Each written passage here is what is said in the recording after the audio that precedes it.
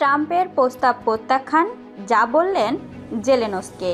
যুক্তরাষ্ট্রের নবনির্বাচিত president Donald ট্রাম্পের তাৎক্ষণিক যুদ্ধবিরতি প্রস্তাব প্রত্যাখ্যান করেছেন ইউক্রেনের প্রেসিডেন্ট ভলোদিমির জেলেনস্কি।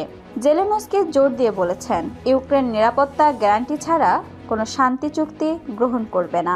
এর আগে অনেক জীবন অকারণে নষ্ট হচ্ছে উল্লেখ করে ট্রাম্প এক সাক্ষাৎকারে উল্লেখ করেছেন, তার প্রশাসন সম্ভবত ইউক্রেনের জন্য সহায়তা কমিয়ে দেবে।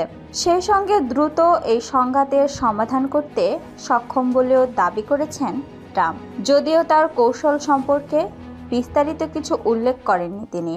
ট্রাম্পের কথায় রাশিয়া এবং ইউক্রেনের মধ্যে অবিলম্বে আলোচনা শুরু হওয়া উচিত। জেলেনস্কির প্রতিক্রিয়া। এর প্রতিক্রিয়ায় জেলেনস্কি তার সামাজিক যোগাযোগ মাধ্যমে দেয়া পোস্টে বলেছেন, যুদ্ধ শেষ হওয়া উচিত, তবে এটি একটি টেকসই এবং নির্ভরযোগ্য শান্তির মাধ্যমেই সম্ভব।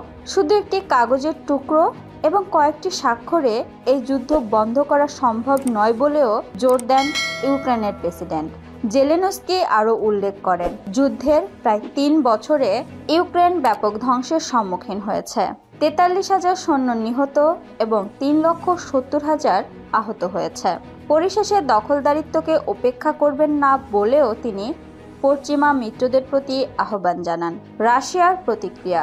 এদিকে ক্রেমলিন ইউক্রেনকে আলোচনায় বসতে অস্বীকৃতি জানানোর জন্য অভিযুক্ত করেছে এবং বলেছে যে 4টি অঞ্চল ছেড়ে দেয়া সম্মিলিত তাদের পূর্বের যে শর্তাবলী ছিল তা পরিবর্তিত হয়েছে।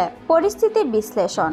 গত 3 বছর ধরে চলা এই যুদ্ধ ইউক্রেনকে ব্যাপকভাবে দুর্বল করে দিয়েছে। জেলেনস্কি প্রথমে কোনো ধরনের অঞ্চল ছেড়ে দিতে রাজি না থাকলেও সাম্প্রতিক মাসগুলোতে তার অবস্থান নমনীয় হয়েছে। তিনি অস্থায়ীভাবে রুশ নিয়ন্ত্রিত এলাকাগুলোকে ছেড়ে দেওয়ার প্রস্তাব দিয়েছেন। এক্ষেত্রে শর্ত হচ্ছে, যদি ন্যাটো তাদের দীর্ঘমেয়াদী সুরক্ষা এবং অস্ত্র সরবরাহের প্রতিশ্রুতি দেয় তবে চলমান পরিস্থিতিতে ইউক্রেন যুদ্ধের সমাপ্তি এবং এই অঞ্চলে শান্তি প্রতিষ্ঠার প্রক্রিয়াটি আন্তর্জাতিক সম্প্রদায়ের জন্য একটি বড় চ্যালেঞ্জ হিসাবেই রয়ে গেছে।